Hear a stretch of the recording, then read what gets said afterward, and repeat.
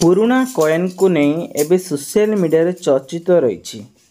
जदि आपण पाखरे 1 टंकिया कॉइन नोट अच्छी ताहले आपण माने जानिथिबे ए सब को बिक्री कोउटी होउछि एवं केते जण एथिरे ठकामी रे मध्ये शिकार होउछंती।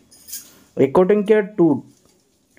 टंकिया नोट मूल्य वर्तमान जदि आपण माने जानिबे ट्वीट माध्यम रे ताहले पाखापाखि 5 लाख टंकार बिक्री करा जाउछि।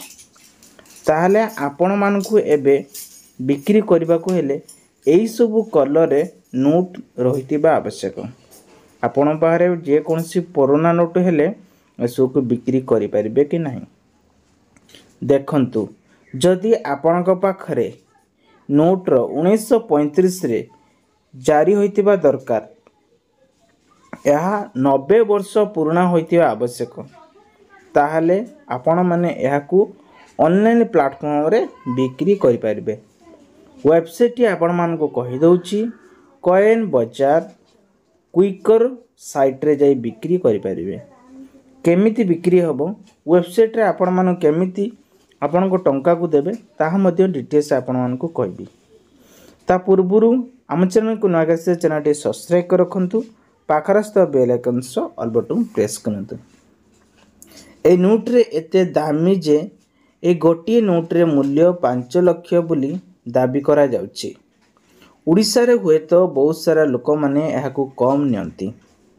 1 टंकिया रु नै 4टी नोट थिबो तेबे आपण एहा को 20 लाख टंका रे बिक्री करि परिबे। जेउ माने एहा को बिक्री करिवे से माने एही साइट रे रजिस्ट्रेशन करिया पई पड़िबो। नोट बिक्री करिबा समय रे विशेष रूप ध्यान दियंतु। एही कारोबार रे अधिकांश समय रे ठकेई होई पारे। विशेष करी साइबर ठकामी पर सावधान रहंतु। सोशल मीडिया रे स्वीकृति तथ्य अनुसार एही खबर प्रस्तुत करा जाउछि।